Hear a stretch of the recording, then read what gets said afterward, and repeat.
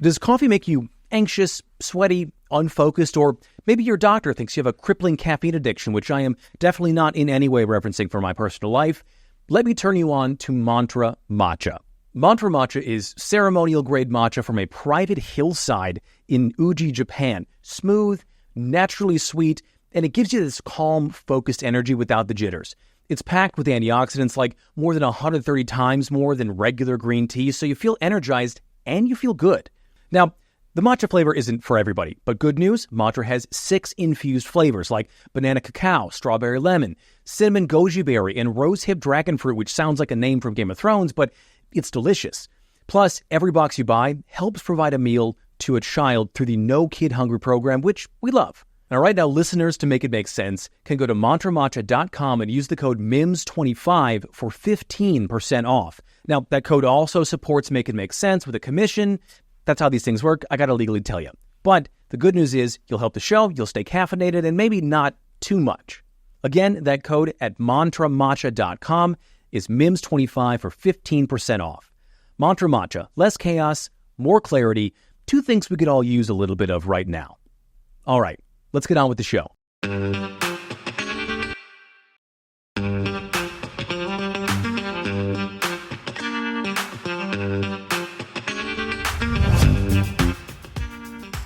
It's Friday, February 27th, 2026. Welcome to Make It Make Sense. I'm Grant Herms. Today on the show, do Democrats need their own Nuremberg Caucus? That's the new argument from author Cory Doctorow. I've had Cory on the show before, actually almost exactly a year ago. He's the author of Enshitification. Most famously, he's also got a brand new book, but he talks about this in a brand new article that he wrote for his own newsletter.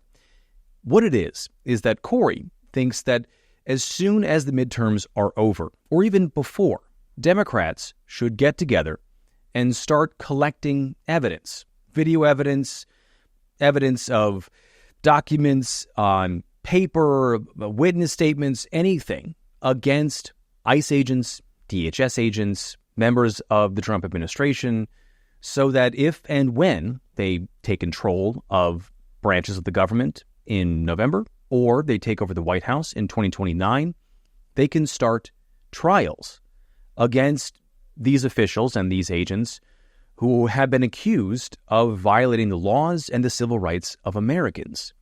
And he thinks that that should happen for a practical reason, that these people should be held to account, but also for a moral reason, for the soul of America. It's a really fascinating idea, and one that might be gaining a lot of traction here, especially as we head towards the midterms, and we're going to see a lot more questions be put to our elected leaders who are asking for our time and our money and our votes about what they're going to do to rein in agencies like DHS and ICE. Now, before we get to that, make sure that you are following or subscribed to the show wherever you get your podcasts. Sign up for the Make It Make Sense Substack, where this week the article was all about Trump doing what he does best in the State of the Union, which is putting his name on the ideas of other people. You'll also get access to the Things You Forgot from Civics Class newsletter and Make It Make Nonsense, my weekly Sunday newsletter about the things that are keeping me sane right now that have nothing to do with politics. And as always, share the show on social media. It's Mims News Pod. That's MIMS News Pod, all one word on every platform. I am at Grant Herms on Twitter and Blue Sky, and at Grant_Herms on everything else. All right, let's get to my conversation with Cory Doctorow. Well, Cory, thank you for coming back on the show. I really appreciate it. Oh, it's my pleasure. Thank you for having me. So I want to say, first of all, how much I really enjoyed this piece. I don't think anybody else has written something like this. I know that there are quite a few people who are whispering about this idea, but nobody's really had the eyeballs, really, to write this thing down yet. So before we get into actually what you're talking about, where did this idea come from? How did this come about? Well, you know, I'm an activist, and I have worked for a digital human rights group, the Electronic Frontier Foundation, for 25 years, and we are always outmatched. And the leverage that we mostly apply is legal. We're an impact litigation shop, and so oftentimes we're relying on the fact that we have access to lawyers and the rule of law as a way of applying leverage to situations where we're very overmatched otherwise. We've sued the NSA and so on. But, the rule of law is in retreat at the moment. And EFF's activist program is much the same, but we're trying to find ways to use the fact that we have a much smaller platform than our rivals and figure out ways to leverage that. And so I'm always just sort of thinking about different ways of doing this stuff. And the other thing is that I'm a science fiction novelist. And so I'm often writing novels in which people are coming up with cool, interesting ways of making social change, because I think there's this weird misapprehension that science fiction is about predicting things, which would be very sad, because if things are predictable, then there'd be no reason to do anything, because what we would do wouldn't matter. And instead, science fiction is about thinking through like different ways that you could socially arrange the use of technologies, right? Not so much what the gadget does, but who it does it for and who it does it to. I like that idea of it sort of being sci-fi, because some of this idea does sound kind of futuristic sci-fi in that way, but in a way that lately it's felt like all of our worst sci-fi stuff has come true. So this sort of feels like maybe for once in the last couple of years, something positive sci-fi might happen. But let's talk about the actual Nuremberg Caucus. And I think the name of that is so evocative. And it might make some people recoil. We can get into that a little bit, but walk me through what this would look like, in your mind. So, this idea of having a something caucus, a blank caucus, it's a pretty well-established idea in American politics, and it's really easy, right? Like literally 2 lawmakers are a caucus. I think probably even 1 lawmaker could be a caucus. I don't know if anyone's ever declared themselves to be a caucus, but why not, right? It doesn't really have a formal meaning, right? It's just whatever you say it is. So you could have 2 or more lawmakers decide, fuck this shit. I need to find a way to put my milquetoast Quisling colleagues on record, to push them, to create positive momentum for good ideas, to create positive momentum for my own political candidacy. The idea here is that you announce that you're launching the Nuremberg Caucus, and you are making specific reference here to what happened to Nazi collaborators and Nazis after the war. And I'm reminded here that the first ever attorney at the Electronic Frontier Foundation is a man called Mike Godwin. He hasn't worked with us for many years, but he's famous for coining this term Godwin's Law, which is this idea that if you have an argument with someone on the internet and you call them a Nazi, you lose. And I think it was in 2016 where Mike posted something saying like, yeah, that's not when you're arguing with an actual Nazi. By all means, call these people Nazis. That's fine. I give you permission as the progenitor of Godwin's Law to call these people Nazis. And so you're really just calling it like it is. At that point, what you're doing is you're kind of reframing the debate in a way that I think only works well for you and only works badly for your enemies, right? I think even if you had a bunch of pearl-clutching Republicans saying, how dare you compare us to Nazis, right? At that point, they're like, we're not like Nazis in the following ways, which leaves everyone wondering in which ways they are like Nazis. Forcing your enemies to deny that they're Nazis is also making them invite people to think about the comparison to Nazis. So it's rhetorically very powerful. Yeah. It allows you to be quite dramatic in ways that are substantive, which is like the best of all worlds. Like Trump floats all kinds of dumb ideas that wouldn't work, right? It's kind of the policy by injecting bleach, right? It's just a bunch of nonsense that just kind of falls out of his mouth by way of his white matter disease. But, like Nuremberg trials are a thing we could have. And like the only thing that stands in the way of Nuremberg trials is, as you say, political will. Well, where does political will come from if not from talking about what we could do, right? And so, if you say, well, we could have trials in which people who violated Americans' rights and people who were in the country and had rights, violated their rights under color of being ICE agents, were declared not to have qualified immunity and were instead tried both for the criminal and civil offenses they committed. The thing that stands in the way is like whether people think that's a good idea, and how are they going to get to discuss whether they think that's a good idea unless you're out there talking about it.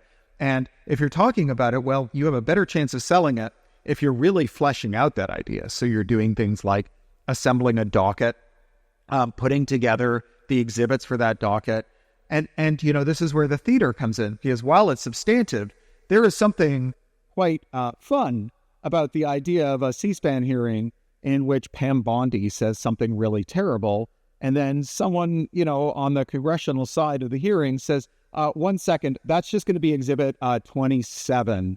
Mr. Secretary, if you could just note that is going to be exhibit number 27 in Ms. Bondi's hearing, which we currently have scheduled for January 21st, 2029 in the following courthouse. And it's just a moment of great theater because Pam Bondi has to say, well, like, no, that's not an exhibit in my criminal prosecution, or stop complaining about what I'm doing and saying it's a criminal matter. Right. Or, you people are so stupid and terrible for doing this. Do we have to do this terrible game? Like, whatever they do, yeah, it just haven't makes you them seen look the like Dow? an asshole. Yes. It is interesting to me, too, because we've seen some of those moments in the course of several of these hearings, just in the last few months, where senators have brought receipts, or in some cases brought physical people to these things to answer to them. So it's interesting to have the idea be actually that moment isn't about something that's already happened, but something that is going to happen. Yeah, exactly. And, I don't know if you've ever encountered this. So I'm sometimes a working journalist. I'm a member here in the UK of the National Union of Journalists. And there have been times when I've run into authority figures who were just being terrible. And I've literally theatrically dug out the lanyard with my NUJ card and hung it around my neck, and then got out a notebook and a pen and started writing down what they were saying. Mm-hmm. And they freak out. They just freak out when you do that, right? And there have been a couple of times when I've published articles about it, but honestly, it just sort of changes the dynamic.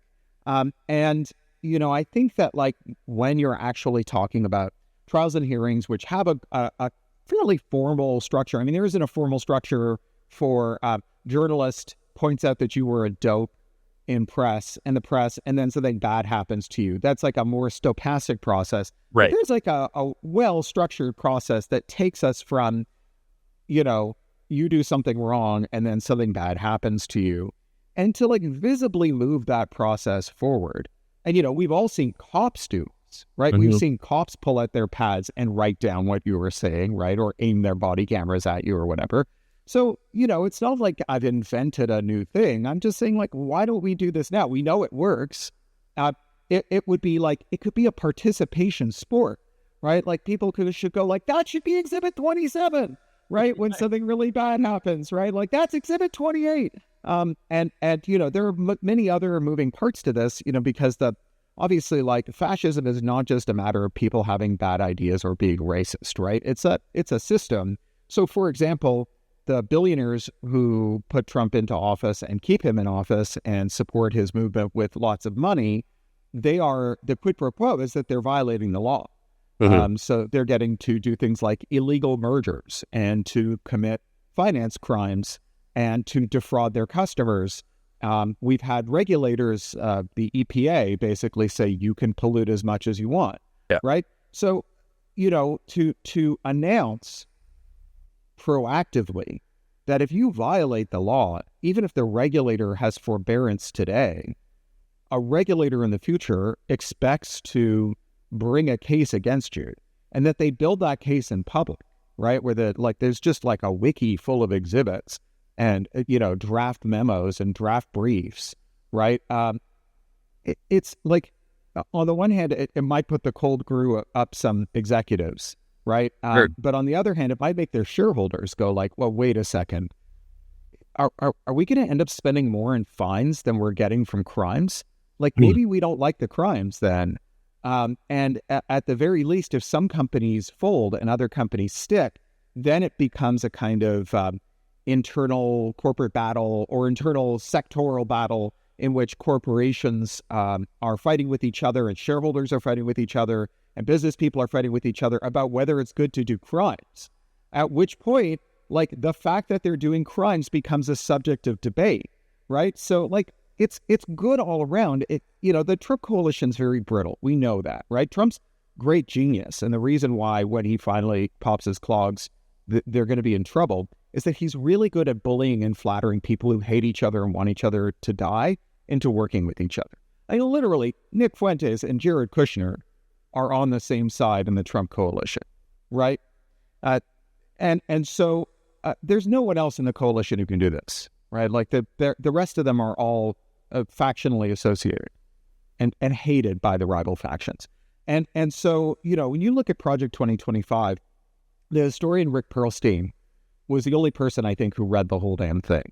And the reason he read it is he's a historian of right-wing movements. And he also read Project 2021 and Project 2017 and all the other, because it wasn't a new thing. They do this every 4 years.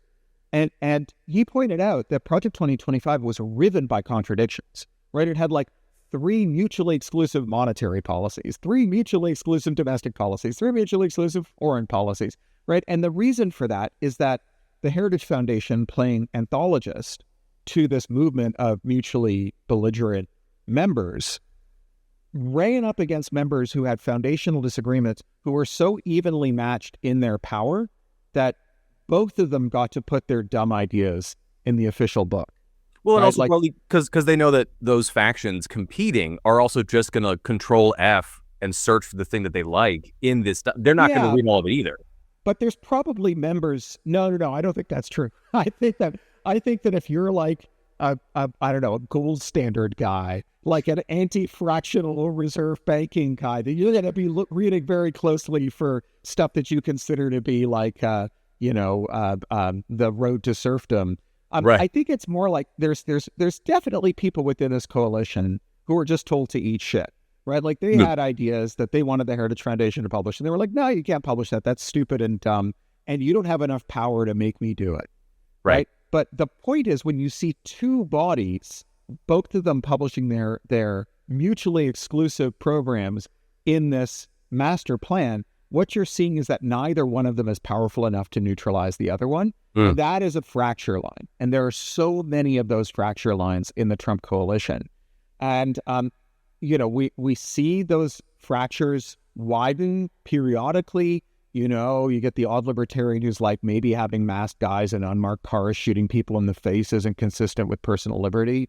You have like Maha moms who are like, I still think Roundup is bad, even though Bear Monsanto is friends with Trump. And the fact that RFK has said we're going to like drink a gallon of glyphosate every morning in every daycare in America is probably not good for the country, right? So you have these fracture lines, and when they are stressed, you get things like the Epstein papers, right? Like that's a tangible example of a fracture line that couldn't be papered over by Trump. Right. And in the end, you had enough Republicans crossing the floor that they just had to release the papers. And then doing it again when Pam Bondi said, I'm just going to ignore the law, which is the thing they could do if there were no Republicans who were willing to censure her for it. But now you have a congressional majority censuring the Trump administration for failing to follow Congress's law. So these fracture lines, they're super important, right? That's how we're going to get stuff done. It's how we're going to stop them from doing things. And the point of the Nuremberg the Nuremberg Caucus is that it exploits those fracture lines. It widens those fracture lines, and it heightens the salience of those disagreements. And it does that in like a fractal way, because you can stick anything you want in the Nuremberg Caucus. But like one of the things I like is we offer $1 million bounty for any ICE agent who rats out another ICE agent for breaking the law, provided the first one has not committed any federal crimes that rise to a felony. Right. And like these guys, they like paid $50,000 each to join up, or were paid $50,000 each to join up. They were told they were going to get paid. A lot of them have not seen that money yet either. So and then another 65. Yeah, exactly. Fool me once, shame on me. Fool me twice, we don't get fooled again, as George Bush once said. But you also, but as you know, there's that old joke, like we've already established what kind of person you are. Now we're dickering over the price. Right? Like these people have like everyone there has established that they are willing to do terrible things for money. Yeah. Right. Things that their neighbors would hold them in low esteem for. Their numbers have been drawn from the most paranoid and degenerate ranks of Americans, right? Like these are like the worst people in America, and they all know it, right? Like no one, like you might be like, you might think that the guy in the locker room who takes off his plate carrier and reveals his Waffen SS tattoo is really badass, but you don't think he's like normal and predictable and sane, right? No one's like, like no language on earth contains the phrase as like, trustworthy as a guy with a Nazi tattoo. Right. So like, as soon as you say some of the people behind the balaclavas and gaiters around you are thinking about making $1 million by turning you in, those guys are just going to start shooting each other. Right. Like they're just going to become obsessed with it. I mean, this is the whole point of COINTELPRO, right? The whole point of COINTELPRO was not just to spy on radical movements. It was to make radical movements tear each other apart looking for spies. Right. And so, this works to our advantage because it is the fact that they're committing crimes. It is the fact that they shouldn't have qualified immunity, right? Like, this kind of brinksmanship is quite normal in the political realm. FDR announced that he was going to replace what was he going to do? He was going to term limit the Supreme Court, and then when that didn't look like he would have the votes, he said he was going to add a Supreme Court justice like under 30 for every Supreme Court justice under 60. I don't remember over 60. I don't remember the exact numbers, but that was the point at which like they counted noses and realized that they had the votes for this. And then the Supreme Court was just like, oh no, the New Deal's totally legal. All those judgments we just made that said the New Deal is illegal. No, we were mistaken. Bad day for us. Our oops. Actually, it's fine. Yeah. And it wasn't that they actually agree with the New Deal; it was that they got forced into that because they didn't want to give up their power. Absolutely. They understood that there were consequences, right? And so this is just about like changing the salience, raising the stakes. And one of the things I'm excited about this, that makes me excited about this, is the impact it would have on shitty normie Democrats, sellout corporate Democrats, right? Because it gives their primary opponent something to run on, right? It turns out, so if you think about, a Joe Manchin doesn't get elected so much as he fails not to get elected because no one in his district wants to vote for Republican. Most of the people in his district don't want to vote for him. Faced with those two choices, everyone stays home. And then a bunch of weirdos send him to the Senate.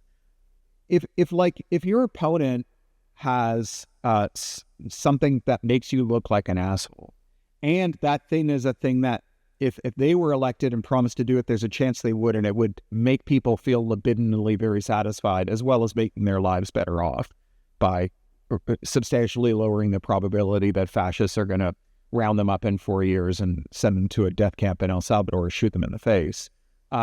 Then maybe your primary opponent could get a whole ton of people to show up at the polls to vote against you and for them, right? Mm-hmm. So it's a way to like discipline the caucus. I mean, the Tea Party invented this, right? Or reinvented it.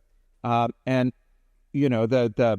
there was like 10 seconds where it looked like the Justice Democrats might be able to do it, but they didn't. They had a bunch of like technical proposals for what we should do, which I think are good. Like, like the Inflation Reduction Act and all that other stuff is fine, right?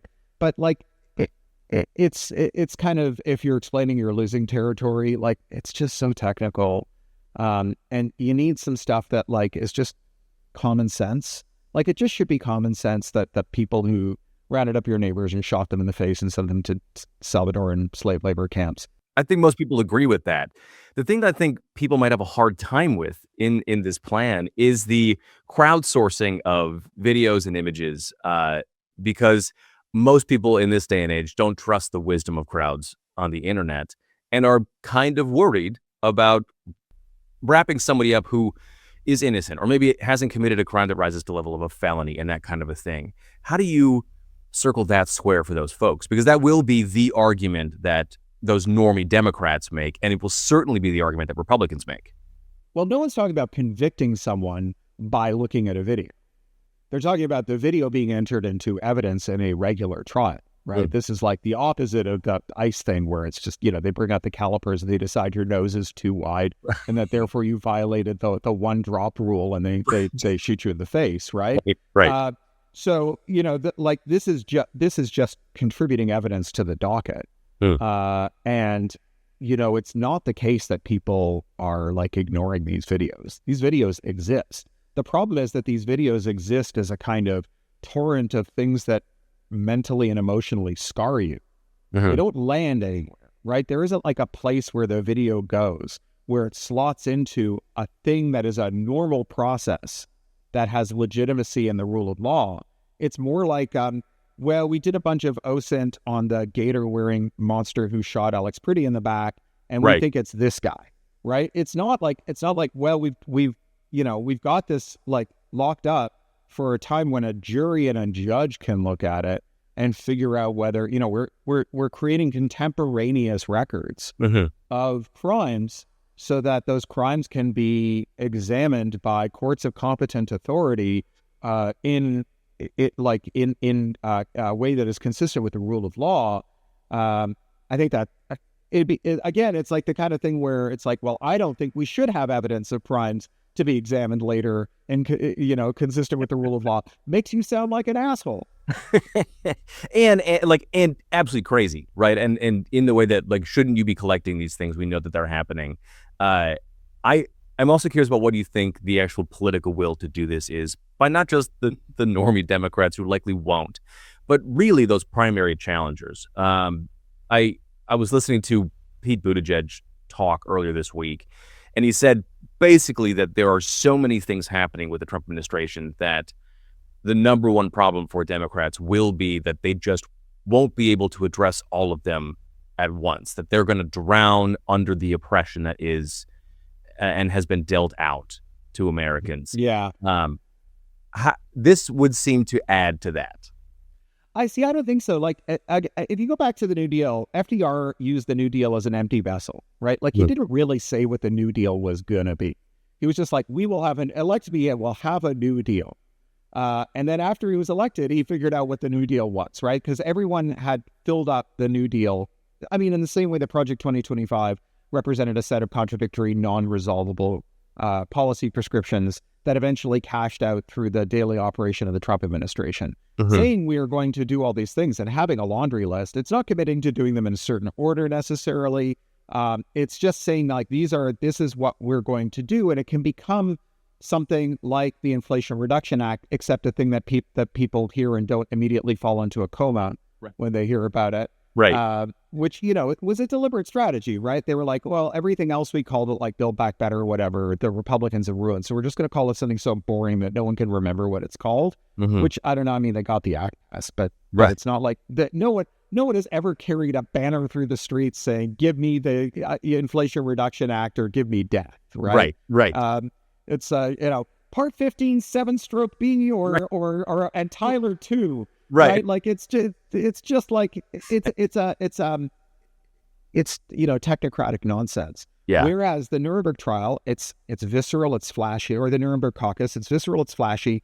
It can subsume a bunch of things like penalties for corporations that cheated the American people under Trump, like penalties for individuals who brought us to harm, like penalties for individuals who corruptly benefited from the Trump administration. But it could also include blueprints for a new East Wing.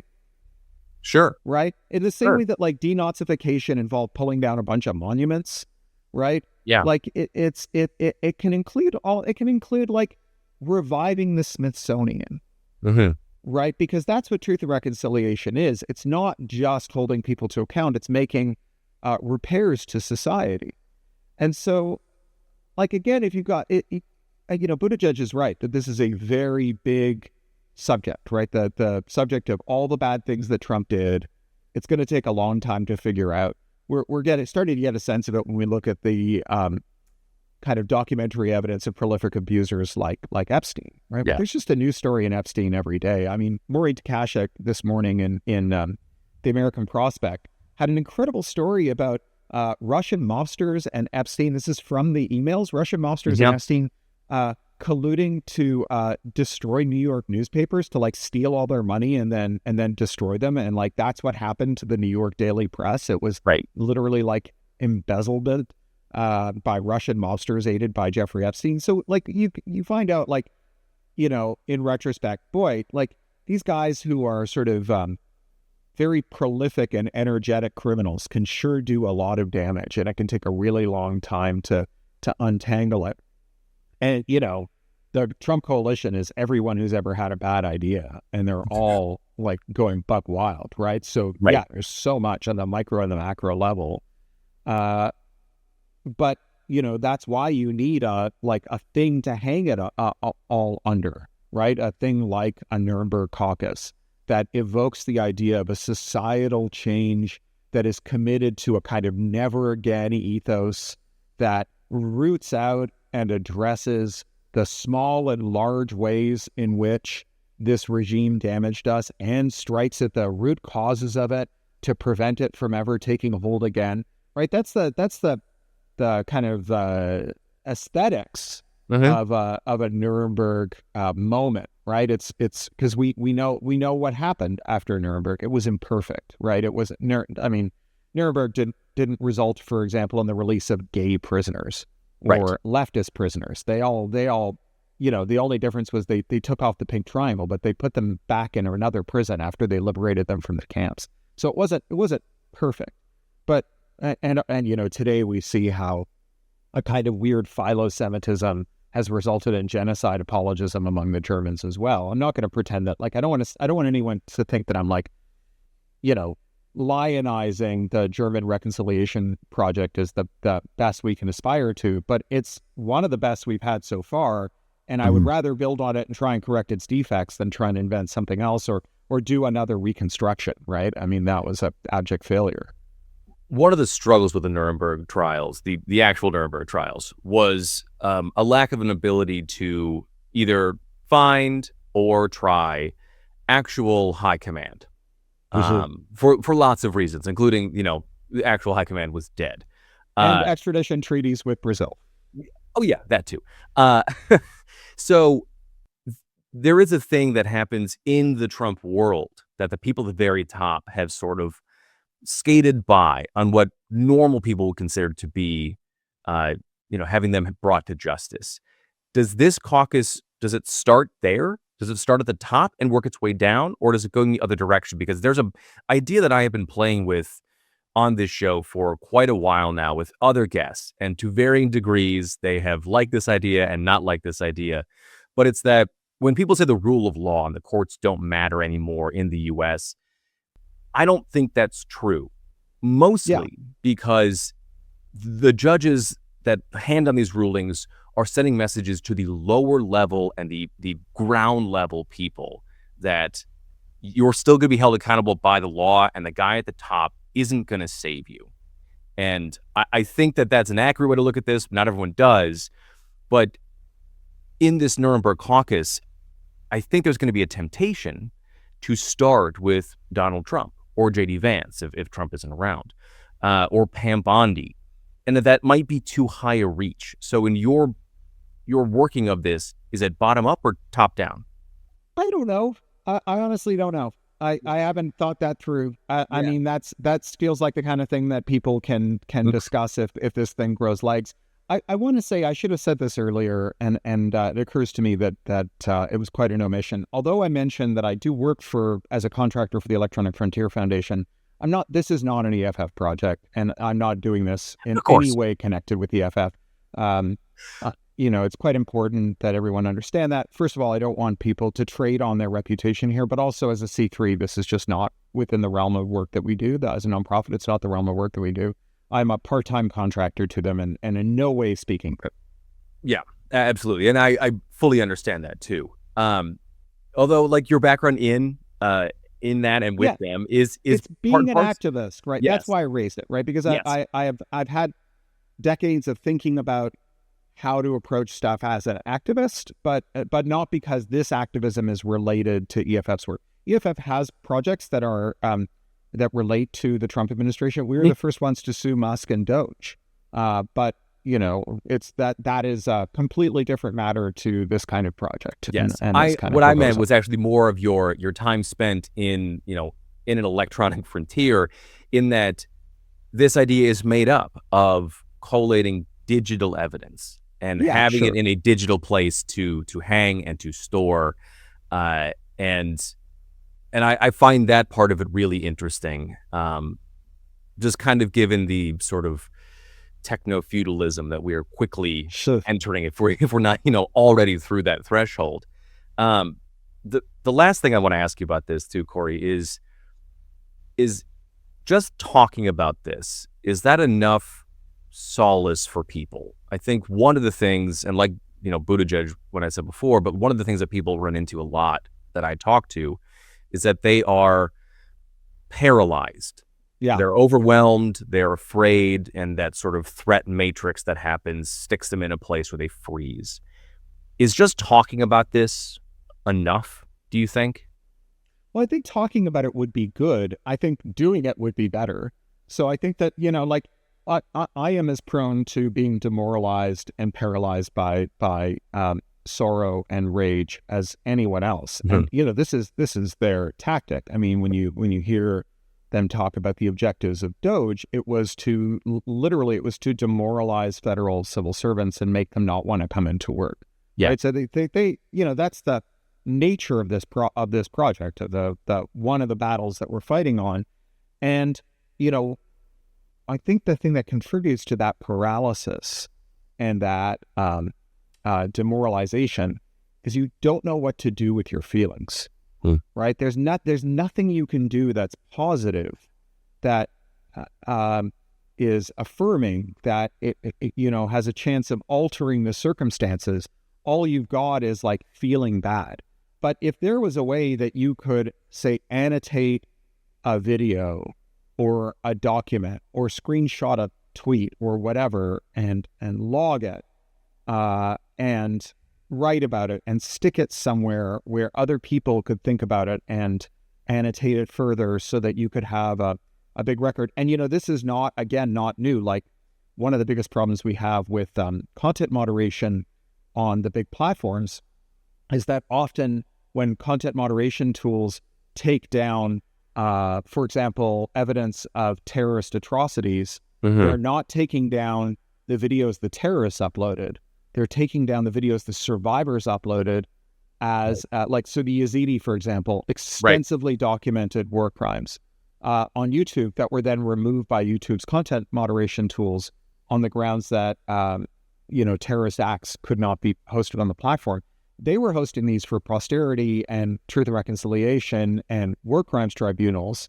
And it's very hard for the algorithms to tell the difference. But we know from them, we know from other people who've done similar things, that the act of cataloging the crimes committed by your enemies against the day where they would be called to reckon for them is itself a thing that restores morale. Well, Cory, thank you so much for coming back on the show. I think this idea is one that people are really going to talk about, so thank you. Oh, my pleasure. Thanks, Grant. I want to thank Cory again for coming on the show. You can find a link to this article and his books in the show notes. And that is it for today's show. Please rate and review wherever you get your podcasts. Subscribe to the Make It Make Sense Substack and get access to that for just $5 a month. And share the show on social media. It's MIMS News Pod. That's MIMS News Pod, all one word, on every platform.